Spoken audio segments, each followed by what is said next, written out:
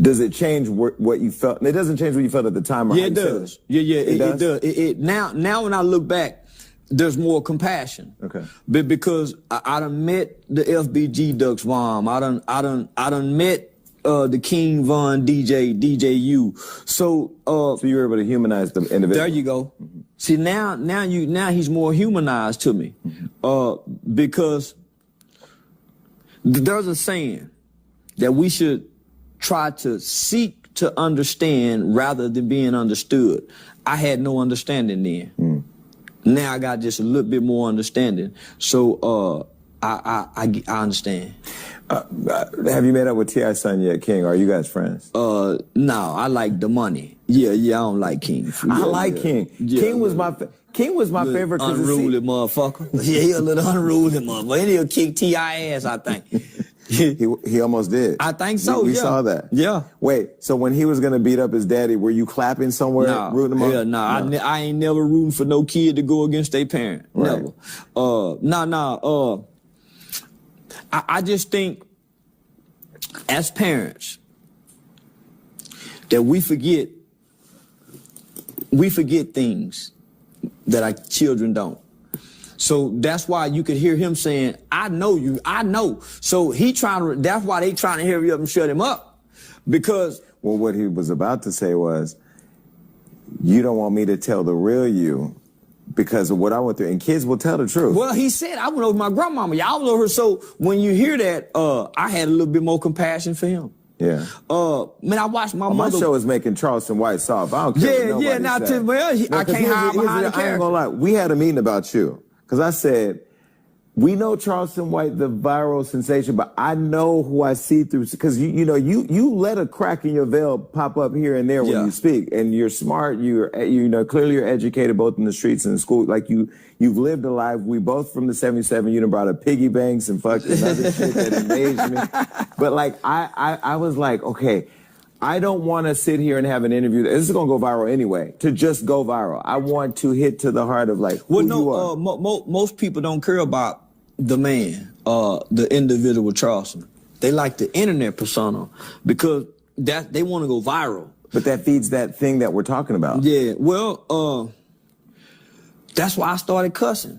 Not that I wanted to go viral. I didn't know viral even existed. I didn't know you can get paid from this shit. But once I saw that, man, fuck, I'm gonna come be positive for. Man, fuck, I'm gonna bring the real Charleston for. Because when the real Charleston was here, when he didn't cuss, the bow tie, man, he's not as appealing. That don't get no play. Well, it don't bring awareness, nor does the message get out. So I wanted to bring awareness, get the message out, and figure out how to monetize. So once I saw that, I realized what feeds the algorithm. That ignorant nigga shit. Kill your mama, suck my dick, fuck your bitch. That's what feeds the algorithm. So, and whose fault is it? Because I get blamed as the platform. Hollywood Unlocked. It's our fault because we post it all. Is it your fault because you do it all, or is it their fault because they can't consume enough of it? It's their fault because they can't consume enough of it. It's called supply and demand. I agree. So it's business practices. So why would I not? It's supply and demand. This is what the people want. It's no different than when the Romans wanted live executions. When the Romans wanted to see a human fight. For entertainment. Yeah. So I believe our society is becoming that bloodthirsty. Well, at some point they're gonna want to see executions again, because they can't get enough of it. So I've tried it, man. I do positive. I do a lot of positive videos, but at this point, I feel like it's a waste of time. So are you and T.I.? You still don't like T.I.? I love T.I. Really? Yeah, I love T.I. Man, I'm gonna be honest. Man, I was more disappointed by him responding to me than anything. Why? I feel like he wasn't supposed to. I feel like he stepped down. I feel like he stepped down, and by him stepping down, it propelled me past him. What made you think? What was the perception that he was past you? You mean me? Well, because we all place celebrities above us in the black community, including myself. I'm honest enough to admit that. Yeah, it's always y'all up there and us down here. I said that in the Cam Newton. So I've always placed, I've been programmed to do that. So I didn't realize celebrities were really human till they started getting offended by what I said. They became human to me then. Like, man, what the fuck? T.I.? Man, I couldn't believe that, homie. It fucked me up, man. Even for Boosie to come on social media and be on social media as he is, and we're able to start seeing his flaws as an individual, it humanized them and be like, oh man, them niggas ain't shit. Man, them niggas just like us. But before then, man, them niggas on a pedestal. But when you get into a Boosie and he makes threats, man, you call the FBI on him, do you think they could He never made no threats. Nah, Boosie have been the smartest one to deal with me to this date. The best way to beat me, if you want to beat me, is to ignore me. Don't pay me no mind. Or if you watch me, don't respond to me. So Boosie been outside of Vlad specifically asking him questions, Boosie will not speak on me. So what? Why do you think that I've never called the FBI, but I played like I have. Yeah, I've never called the FBI. Why do you think he won't talk to you outside the interview, or talk directly to you or at you outside the interview? Because I hit him below the belt with the Marlo Mike shit. Well, I missed that. Boosie was charged in some murders and ultimately being found not guilty. But having, a 15-year-old at the time, Marlo Mike, as his hitman, rapped about it in songs.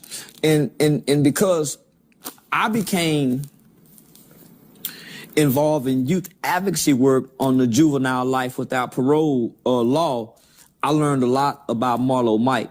So there's a lot of guys who was in Angola and other places who, a guy by the name of Eric Brown today who was free because we worked on that law. So Marlo Mike was denied. So after the Supreme Court ruled that to automatically give a kid juvenile life without parole is inhumane and unconstitutional. So they can't automatically give it. Well, once that law was overturned, around that time Marlo had been sentenced. He went back on appeal, I think, in 2019, 2020, only for his appeal to be denied. So he would be one of the only kids after that ruling that will die in prison that got juvenile life without parole. So I fuck with Boosie a lot about that, because he don't never really talk about it. He don't have to be found not guilty. So I pressed Vlad TV about pressing Boosie about it, just like he want to press OJ about OJ being found not guilty with it. So yeah, equal opportunity. So that's kind of personal with him. So that's why he don't speak on it. And so when he called and made a threat to a promoter? Yeah. So let me just say this. Me and Boosie got on the phone once. They offered me and Boosie some money to do a celebrity boxing match. The amount of money that they offered caught his attention and it caught mine. So we got on the phone and, he didn't say nothing, but he was listening. And I said, man, nigga, I'm gonna let you win the fight. Nigga, I'm gonna make you look like a hero. Nigga, we ain't gonna fight for real. But he just listened. He didn't respond. My manager was on there, his manager. So then we hung up. And then my partner Dewberry and his manager got on the phone. So that was the whole thing, man. He be talking about Marlo Mike, man, and this and that. So yeah. So you guys are good now? Yeah, we always been good. Except, so I had a show. I was booked in Baton Rouge, Louisiana for like 3 weeks ago, maybe a month. I get a call from the promoter, scary ass nigga, all scared, man. They talking about, man, they go shoot. I said, nigga, we go get the police. Nigga, them niggas scatter the police down. Them niggas ain't gonna do nothing. So his specific word was Boosie mama bought a table. Boosie mama bought a table up front, and they gonna have his cousin try to do something to you. So I said, nigga, we gonna put they motherfucking ass in jail. Nigga, I love to put Boosie ass and Boosie cousin them in jail. And so you still went? Well, he was scared. So I said, well, man, you forfeiting the money, not me. So I ain't got to return the money, man. I said, yeah, but I'm calling the FBI, nigga, and I'm going to tell him I'm recording this phone call. So I made him think that I had recorded the phone conversation, which is illegal. So now I didn't record the phone conversation. I did not contact the FBI. So you're trolling? Yeah, I was trolling. But when you're trolling them to the extent that you are, I mean, because you laid them all the way out. And there's a different world for the people that don't know. If I talk about Boosie, I mean, I criticize Boosie all the time, and I criticize Megan Thee Stallion. It's very different. Yeah. Because the women play a certain way, the men play a certain way. And what I found is, like, Rick Ross just blocked us because we posted his baby mom talking shit. But yeah, that you hit below the belt, you go to post nigga baby mama, because she knows some secrets don't nobody know. Right, but we're posting the back and forth with all the rappers. It's the baby mom. It's funny. Yeah, it is, but not to him. Yeah, because she's saying some shit that we laughing at. He ain't laughing at. Well, maybe he went to Wingstop. Either way, we're fine. Okay, so when you go there with the rappers, and you would have still went to that show if Boosie's cousin, family, and all them was still coming. Yeah. Well, what you do is you hire security, because the people that want to buy the tickets, man, don't know one monkey stop no show unless the promoter's scary. So my thing is, homie, unless you scared, and his thing is, man, I live here, so I understand my nigga, but I ain't returning no money. Right. Because I'm willing to still come do the show, but provide extra security. One thing I know about niggas, they respect a uniform and badge and lights that come on and go whoop, whoop. They respect that. You can put a car there and not have a cop in there. They respect the fact that it's a police car there. So, but if they're willing to ride through the hood and go kill each other, why would they be afraid of the police? But that's without the police presence. They don't shoot and mow. That's what I'm saying. But why be afraid of the police if you're not afraid of anybody else? Because they can shoot back and get away with it. Well, most niggas ain't afraid of the police. They're afraid of the power of the police. The power. Because most people that hurt people, it's all about power. Mm-hmm. You don't try to hurt people that you perceive to have either equal or more power to you. You go pick on people who you think is powerless than you. So that's why I recommend men calling the police, because you see which gangsters get in line. And from what I seen, most rappers respect me for the simple fact, oh man, bitch ass nigga, go call the police. I'm a law-abiding citizen. Why wouldn't I? I'm not a gangster. I'm not a street guy. Why would I continue to play by the rules that guarantees you lose? But the rules, the unwritten rules or the written rules, people say Jay Prince runs Texas, you live in Texas. And I say he don't. And you tell him to suck your dick. Yeah, I say he don't. But you don't even fear, even within Texas, you're not worried about something happening. Who want to kill a nigga talking? Right. Who want to bring all this heat to you for a nigga that's talking online? And if you're a street guy, who listening to a guy that's talking online? Mm-hmm. Right. And he's supposed to be the police. Who listening to that? Mm-hmm. Well, only people outside of Texas think Jay Prince run Texas. The people in Houston don't think that. Wack 100 was here last week. He don't think so either. Well, only the people who believe the myth that Suge Knight was as bad as he was. And Suge Knight wasn't bad. So is Jay Prince just marketing? Jay Prince is a music mogul. Nothing else. Mm-hmm. He's a music mogul. He's in the entertainment music industry. He ain't no mafia boss. Mm-hmm. Mob ties is not a real mob. But people believe it is. Mm-hmm. People believe that, but this is how hip-hop done tricked us. Yeah, I've never subscribed to it. I mean, I talk my shit and say what I think, and I mean, I haven't had anybody outright threaten me, and I mean, I tell them all the time, I'm a civilian, I call the police. I don't subscribe to let me just say this. Now, Jay Prince and them have reached out to some comedy venues. They reached out to Tommy T's and tried to, hey, woo, but man, ain't nobody listening to that. To cancel you or? Yeah. Okay. Yeah. When I went to the Houston, when I sold out at Houston House of Blues, I had some issues with they wouldn't let me bring my weapons in, so I had some issues. Mm-hmm. But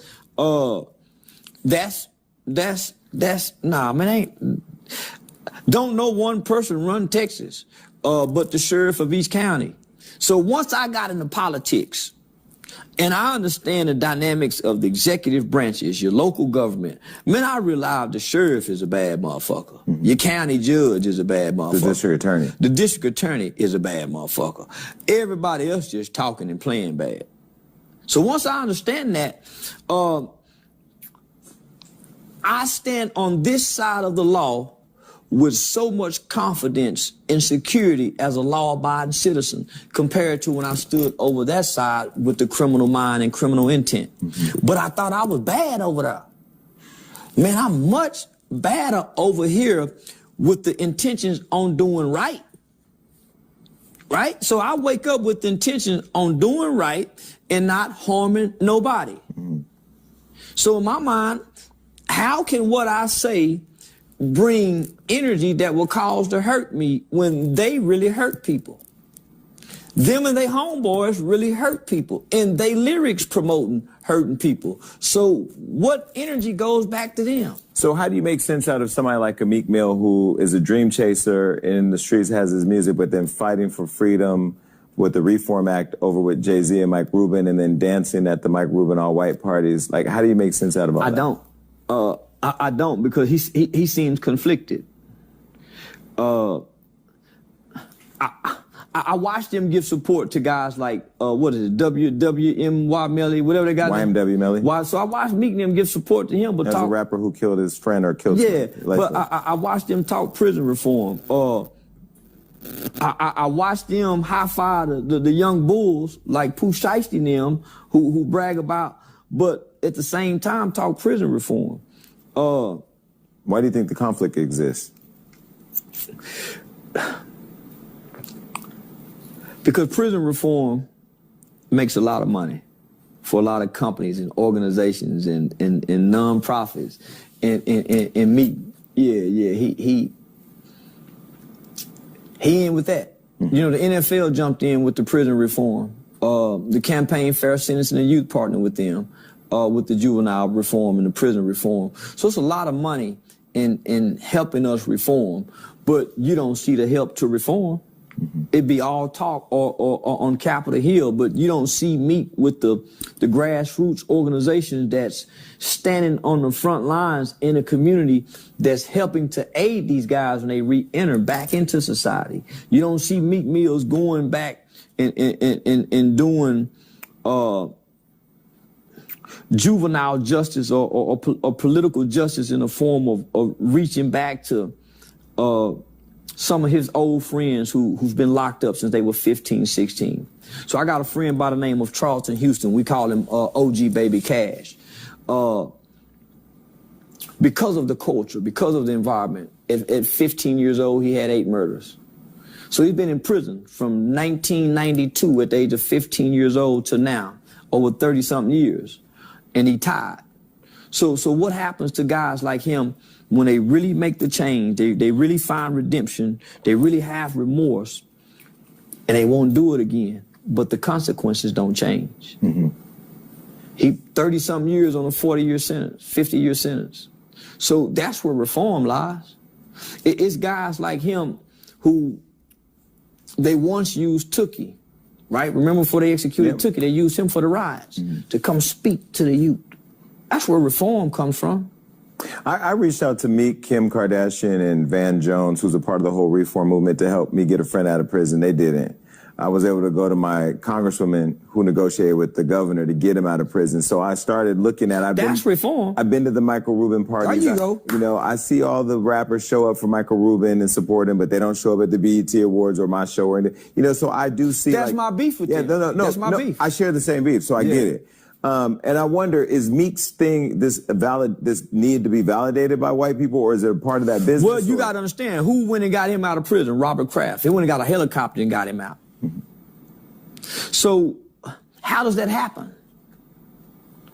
Jay-Z gets put over the NFL Super Bowl performances. They go get Meek out. Jay-Z's been petitioning for Meek. Why they quit petitioning?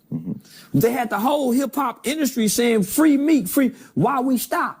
There are other people who deserve the same opportunity. And that don't have half the resources. And he got the pardon. He got a whole pardon. He got his gun rights back. He got his rights restored. So why we can't keep doing it? Come on, Meek. Why we can't keep doing it?